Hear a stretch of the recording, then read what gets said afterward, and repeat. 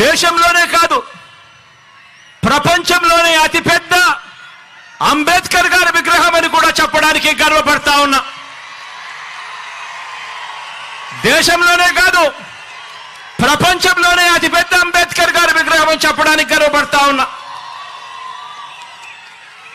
ఇది 81 అడుగుల వేదిక మీద ఏర్పాటు చేసి 125 అడుగుల మహావిగ్రహం అంటే 206 అడుగుల ఎత్తైన ఈ విగ్రహం దేశంతో కాదు మనం పోటీ పడేది, ప్రపంచంతోనే పోటీ పడతా ఉన్నామని చెప్పి కూడా ఈ సందర్భంగా తెలియజేస్తా ఉన్నా.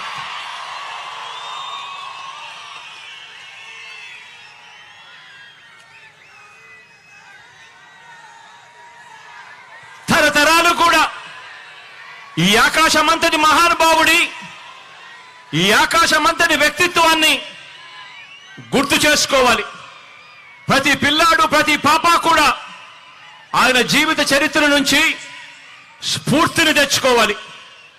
ఎందుకంటే అభివృద్ధికి అభ్యుదయానికి మధ్య అవినాభావ సంబంధం అంబేద్కర్ గారి భావజాలం. ఇలాంటి భావజాలం మన పెత్తందారులకు మాత్రం నచ్చదు.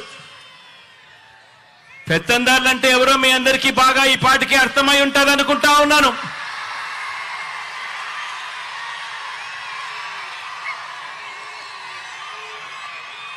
ఇలాంటి అంబేద్కర్ గారి భావజాలం ఈ పెత్తందారులకు మాత్రం అస్సలు నచ్చదు. దళితులకు చంద్రబాబు నాయుడు గారు సెంట్ భూమిని ఇళ్ల నిర్మాణానికి ఇచ్చింది లేదు, అంబేద్కర్ గారి విగ్రహం నిర్మించింది అంతకన్నా కూడా లేదు. ఎందుకంటే చంద్రబాబు గారి రక్తంలోనే ఎస్సీ ఎస్టీ బీసీ మైనారిటీల మీద ఏ కోశానా కూడా ఏ నాడు కూడా ఈ మనిషికి ప్రేమే లేదు. ఎస్సీలో పుట్టాలని ఎవరైనా అనుకుంటారా అని ఒక ముఖ్యమంత్రి స్థానంలో ఉన్న వ్యక్తి నోరు పారేసుకుంటే గ్రామాలలో ఆ ఎస్సీలు ఎలా బ్రతకగలుగుతారు అని చెప్పి కనీసం ఆలోచన కూడా చేయకుండా నోట్లో నుంచి అంత చులకనగా మాట్లాడే స్వభావం. బీసీల తోకలు కత్తిరిస్తా ఖబర్దార్ అన్న వ్యక్తి, పేద సామాజిక వర్గాలంటే గిట్టని ఈ వ్యక్తి మన మాదిరిగా ఈ పేద అక్క చెల్లెమ్మలు బాగుండాలి, ఈ పేద కుటుంబాలు బాగుండాలి అని ఏకంగా 31 లక్షల ఇళ్ల పట్టాలు రాష్ట్రంలో ఎప్పుడు జరగని విధంగా, దేశంలో కూడా ఎప్పుడు చూడని విధంగా ఏకంగా 31 లక్షల ఇళ్ల పట్టాలు, అందులో 22 లక్షల ఇళ్ల నిర్మాణం చేయాలని ఆ పెద్ద మనిషికి ఎందుకు అనిపిస్తుంది?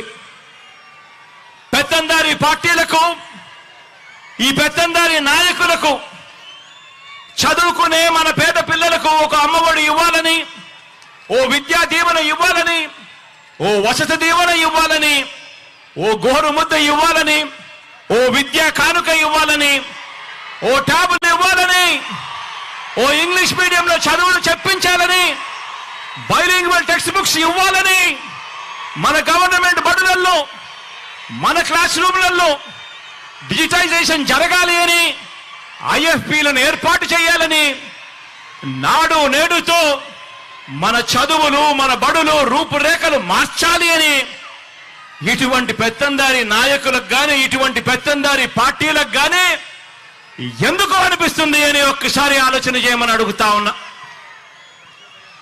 పెత్తందారి పార్టీలకు, పెత్తందారి నాయకులకు మన అక్క చెల్లెమ్మలకు ఒక దిశ ఆప్ తేవాలని, మన అక్క చెల్లెమ్మలకు ఒక అమ్మఒడి ఇవ్వాలని, మన అక్క చెల్లెమ్మలకు ఒక ఆసరా ఇవ్వాలని, మన అక్క చెల్లెమ్మలకు ఒక 0 వడ్డీ తేవాలని, ఒక 0 వడ్డీ ఇవ్వాలని, ఒక చేయూత ఇవ్వాలని, అక్క చెల్లెమ్మల పేరిట 31 లక్షల ఇళ్ల పట్టాలు ఇవ్వాలని, అందులో 22 లక్షల ఇళ్ల నిర్మాణం పూర్తి చేసి కట్టించి ఇచ్చి ఆ అక్క చెల్లెమ్మల ముఖాలలో చిరునవ్వులు చూడాలని ఆ పెత్తందారి పార్టీలకు, ఆ పెత్తందారి నాయకులకు ఎందుకు అనిపిస్తుంది అని ఒక్కసారి ఆలోచన చేయమని అడుగుతా ఉన్నా.